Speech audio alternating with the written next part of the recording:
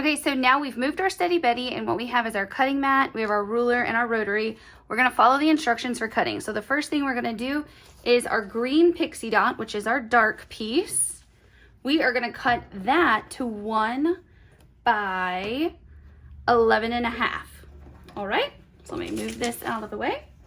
So what we're gonna do, I'm gonna actually turn this way. We're gonna do the 11.5 first.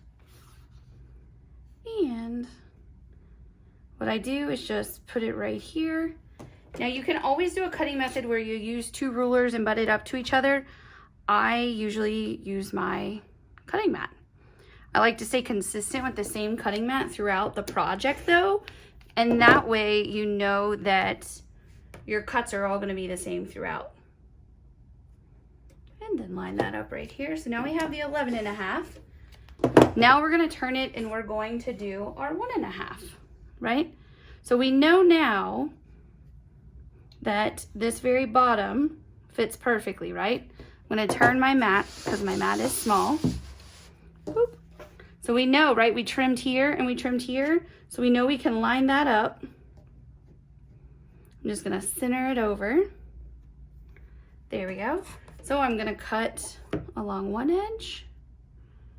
And then we'll measure 1.5 inches over and do our second cut.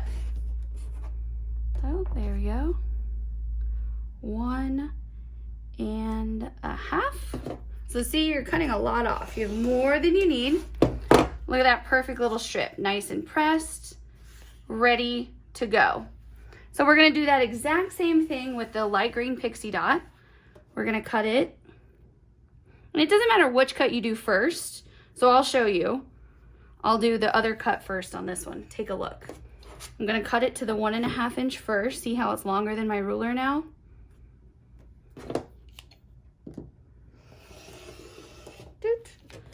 And then 1.5 inches. There we go. And I'm working with, you know, space within the camera. So you'll obviously have the right length and tools and things like that in front of you. I'm gonna turn my mat again. Oops, so now I know that these two are my perfect cuts. So just line it up where I'm gonna go past that 1.5. Or I'm sorry, the 11.5, see? So I'm past the 0, past the 11.5.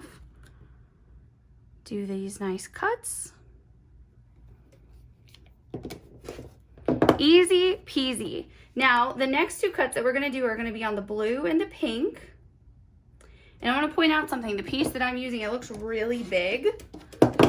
And that's because in your kit, when we're cutting the fabric on the bolt and it gets to a fold, like these pieces were on the fold, it's silly for us to open it up and trim it again. You can just have extra scraps, right? So sometimes in your kit, you're just gonna have a bunch more and you can add it to your stash, right? There's nothing wrong with adding stuff to your stash.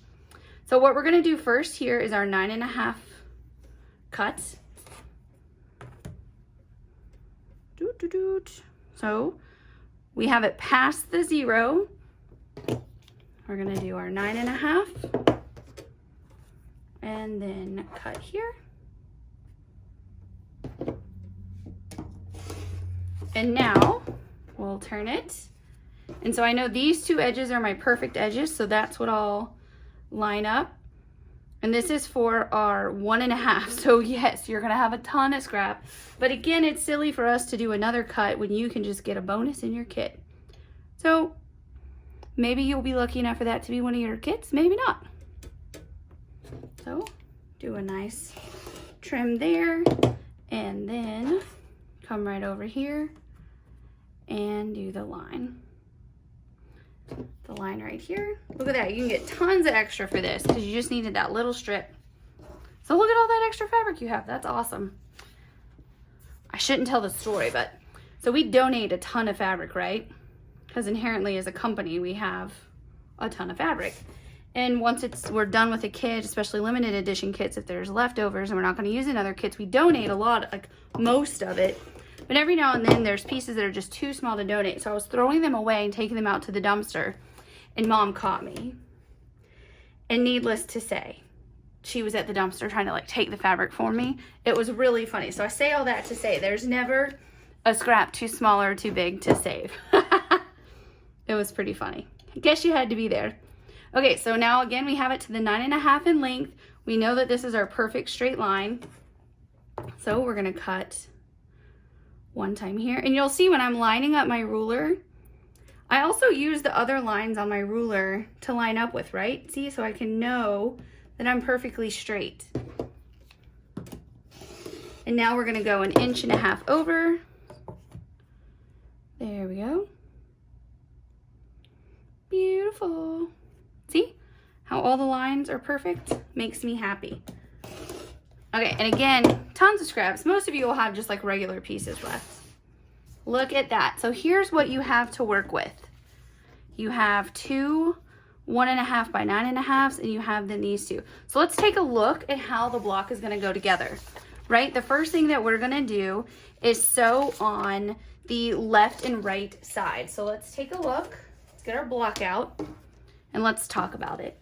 So the blue goes on the left. This really fun pink goes on the right. Then our regular green, you can call it dark green if you want, is gonna go on top. And then the light green is going on the bottom. So this is gonna be how we're gonna assemble our block. So the first step again is going to be doot, doot. We're gonna sew these two on. So all you're gonna do is take this, line it up, do a 1/4 inch seam.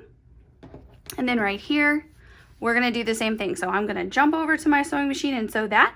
You do the same, and I'll be back to show you how we're gonna press the seams. Okay, and just like that, we have 2 seam stitch. You can see it's a nice 1/4 inch seam allowance. I'm using sulky 50 weight thread in my needle and my bobbin for the piecing. So what I'm gonna do is iron this. I'm gonna set my seam, and then I just gently open it. And let me double check. We press our seam to the border. Yep, that's right. Always wanna check and make sure you're pressing your seams where the pattern notates. There we go. And then we're gonna do the same thing on this seam. We're gonna set our seam,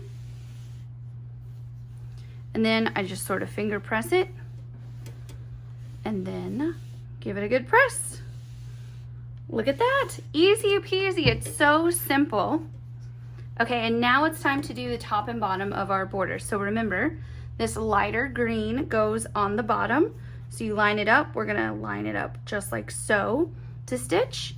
Then we have the thread. Ooh, I shouldn't have pulled that thread. Look, boop. There we go. Then the darker green goes on the top. We're gonna flip that down, and we're gonna do our 2 1/4 inch seams on the top and bottom here, and we'll be back to press those open, and then the block will be done. Okay, so once you're back from the sewing machine, you have a 1/4 inch seam nicely on the top and bottom, right? So we're gonna do just like we did on the sides. We are going to set our seam and then just gently finger press it, and the seam allowance is gonna go to the border. So toward the border. Look at her, she's so cute. All right, now we're gonna set our bottom seam. So easy, isn't it? This little block, all the applique was really fun to do, whether you did it on your sewing machine with your favorite stitches, or whether you did it with the embroidery machine. This is just a blast to make. How cute is that? Okay, so now you have an absolutely perfect block. So you wanna store it someplace safe, put your pattern and your placement guide inside your binder. Let me show you the binder. Boop. So you have your binder, you have your everything. So let's just pop it in right here. And for those of you that started in April, you'll already have your April pattern in here. And then I just take my placement guides and I store it in the pocket of my binder. Now remember, we didn't give you the binder. You have to pick this up at your local little office store from online somewhere. But we give you the nice binder cover, the back cover, and the nice binder edge for you. So super fun. I hope that this tutorial was helpful for you. I hope you're having so much fun with the Ewe Troupe. And let's all start looking forward to June. Happy stitching.